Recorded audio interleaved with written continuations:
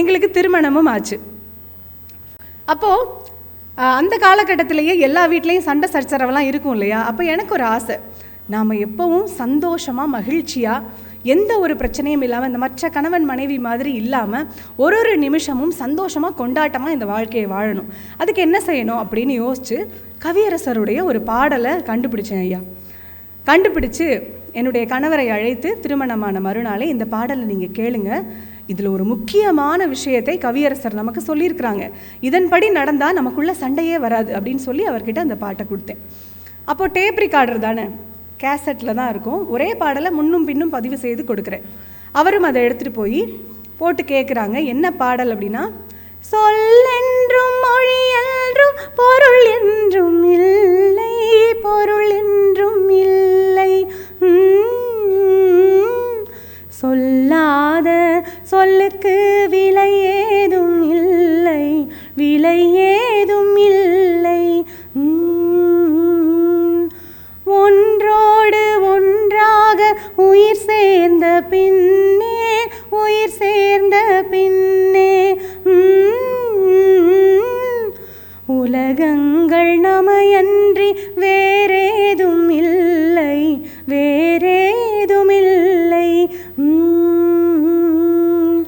நான் பேச நினைப்பதெல்லாம் நீ பேச வேண்டும், நாளோடும் பொழுதோடும் உறவாட வேண்டும், உறவாட வேண்டும்.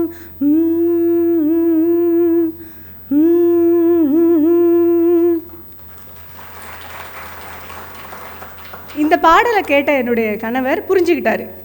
அவர் என்ன என்கிட்ட வந்து சொல்லியிருப்பாருன்றதை நீங்கள் இந்நேரம் யூகிச்சிருக்க முடியும். நான் பேச நினைப்பதெல்லாம் நீ பேச வேண்டும். அப்போ நம்ம ரெண்டு பேரும் நான் என்ன நினைக்கிறேனோ அதை நீ பேசணும், நீ சொல்லாமலே நான் அதை புரிஞ்சுக்கணும், இதை தானே சொல்ல வர்ற அப்படின்னு கேட்டார். நான் சொன்னேன் இல்லவே இல்லை அப்படின்னு. அப்புறம் என்ன, ஒரு சொல்லும் பொருளும் மாதிரி நாம் ஒருத்தருக்கு ஒருத்தர் விட்டு கொடுத்து புரிதலோடு வாழணுமா அப்படின்னு கேட்டார். அதுக்கும் நான் இல்லைன்னு சொல்லிட்டேன். அப்போ நீயே சொல்லு அப்படின்னாரு. அப்போ நான் சொன்னேன் பாருங்க, அதை கேட்டு என் கணவர் அதை அப்படியே பின்பற்றினதுனால தான் இன்றைக்கு வரைக்கும் 20 வருடங்களாக எங்களுடைய வாழ்க்கை ரொம்பவும் வெற்றிகரமாக போயிட்டுருக்கு. அது என்ன தெரியுமா, அந்த பாடலில் அந்த பெண் பாடிக்கிட்டே வருவாங்க, சொல்லென்றும் மொழி என்றும் பொருள் என்றும் இல்லை, சொல்லாத சொல்லுக்கு விலையேதும் இல்லைன்னு சொன்னோடனே கணவர் திருப்பி எதுவுமே பேசாமல் அப்படின்னு மட்டும் சொல்லுவார். இப்போ கவியரசர் அந்த இடத்துல நினச்சிருந்தா ஏதாவது சொற்களை போட்டிருக்கலாம். ஆனால் ஏன் அந்த இடத்துல இம்முன்னு எழுதினார்னா, ஒரு மனைவி என்ன சொன்னாலும் கணவர் மறுத்து பேசாமல் ம்னு சொல்லிட்டு இருந்தால் அந்த வீட்டில் சண்டையே வராது அப்படின்னு நான் என் கணவர்கிட்ட சொன்னேன். அவரும் அதை ஆமோதித்தார். இப்போ அந்த பாடலை கேளுங்களேன். சொல்லென்றும் மொழி என்றும் பொருள் என்றும் இல்லை, பொருள் என்றும் இல்லை, சொல்லாத சொல்லுக்கு விலை ஏதும் இல்லை, விலை ஏதும் இல்லை, இல்லையா? இது கணவருக்கு மட்டும் இல்லை, மனைவியும் கூட. ஒரு கணவன் என்ன சொன்னாலும் அந்த இடத்துல நாம் திருப்பி கோவப்படாமல் இறங்கி போயிட்டோம் அப்படின்னா அந்த வாழ்க்கையில் சண்டையே வராது. இதுவும் ஒரு கவியரசரின் பாடலில் தான் நாங்கள் தெரிஞ்சுக்கிட்டோம். ரொம்ப அழகான ஒரு பாட்டு. வளர்ந்த கலை மறந்து விட்டால் ஏனடா கண்ணா, அவள் வடித்து வைத்த ஓவியத்தை பாரடா கண்ணா. இந்த பாடல் கேட்டிருப்பீங்க. பாரடா கண்ணா, இவ்வளவு அழகு பாருங்க. ஒரு சாதாரணமான பாடல்.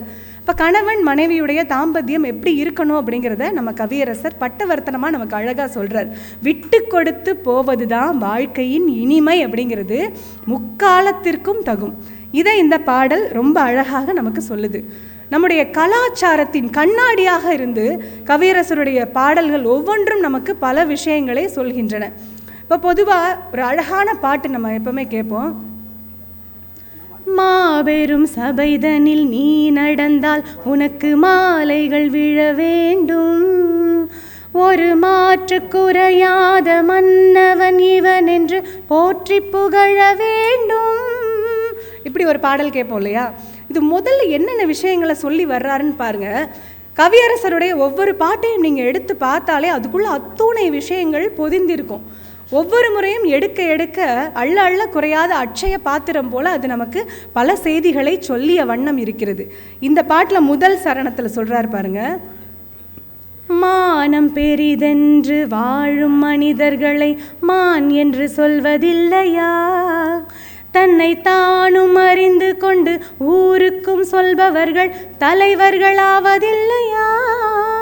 மானம் பெரிதென்று வாழணும் அப்படிங்கிற ஒரு விஷயத்தை இந்த பாட்டின் முதல் சரணத்தில் அழகாக சொல்கிறாரு. இன்னொன்று ரொம்ப ரொம்ப ரொம்ப ரொம்ப துல்லியமாக ஒரு விஷயத்தை சொல்கிறாரு. தெய்வத்துக்கு நிகராக இந்த உலகத்தில் கொண்டாடப்படுபவர் யார் அப்படிங்கிறத அடுத்த சரணத்தில் நமக்கு கவியரசர் சொல்கிறாரு. பூமியில் நேராக வாழ்பவர் எல்லாரும் சாமிக்கு நிகரில்லையா, பிறர் தேவை அறிந்து கொண்டு வாரி கொடுப்பவர்கள் தெய்வத்தின் பிள்ளை இல்லையா. இதை விட சொல்ல முடியுமாங்க? யார் இந்த உலகத்தில் கடவுளுக்கு நிகரானவர் அப்படிங்கன்னா நேரான வாழ்க்கை வாழ்கிறவங்க, நேர்மையாக வாழணுங்கிறார் கவியரசர். அந்த சூழலுக்கு ஏற்ப பாடல் எழுதுறவராக இருந்தால் கூட சந்தர்ப்பம் கிடைக்கும் போதெல்லாம் அந்த நேர்மையின் மகத்துவத்தை சொல்லாமல் அவர் போனதே கிடையாது. இப்போ ஐயா எடுத்து வச்சிருந்ததில் முதல் பாடலே அந்த பாடல் தான் நான் பார்த்தேன். தங்கங்களே, நாளை தலைவர்களே, நம் தாயும் மொழியும் கண்கள் சிங்கங்களே, வாழும் தெய்வங்களே, நம் தேசம் காப்பவர் நீங்கள், நம் தாத்தா காந்தியும் மாமா நேருவும் தேடிய செல்வங்கள், பள்ளி சாலை தந்தவர் ஏழையின் தலைவனை தினமும் எண்ணுங்கள், நம் தாத்தா காந்தியும் மாமா நேருவும் தேடிய செல்வங்கள், பள்ளி சாலை தந்தவர் ஏழையின் தலைவனை தினமும் எண்ணுங்கள். நம்ம பிள்ளைங்க யாரை ரோல் மாடலாக எடுத்துக்கணும் அப்படிங்கிறத எடுத்த உடனே சொல்கிறாரு பாருங்க. தாத்தா காந்தி, மாமா நேரு, பள்ளி சாலை தந்த கருப்பு காந்தி, காமராசர், இவங்க 3 பேரையும் நம்ம பிள்ளைகளுக்கு கண்டிப்பாக நம்ம சொல்லி கொடுத்து வளர்க்கணுங்கிறது தான் சொல்கிறாரு பாருங்க. கூடும் உறவே கூட்டுறவென்று ஒன்றாய் வாழுங்கள், கூடிய பிறகு குற்றம் காணும் கொள்கையை தள்ளுங்கள். நம்ம எல்லார்கிட்டே ஒரு குணம் இருக்குது. ஒருத்தரோட அறிமுகமாகும் போது அது உறவுகளாகட்டும் நண்பர்களாகட்டும் முதல்ல ஆரம்பத்தில் எல்லாம் நல்லா இருக்கும். ஆனால் நம்ம அவங்களோட சேர்ந்து பழகின பிறகு சில நிறை குறைகள் எல்லாம் வரும்போது குற்றம் கண்டுபிடிப்போம். அதெல்லாம் தள்ளுங்க. கூடி வாழ்வது தான் அன்பு. கூடி வாழ்ந்த பிறகு குற்றம் கண்டுபிடிக்கக்கூடாது குழந்தைகளே அப்படின்னு சொல்கிறாரு.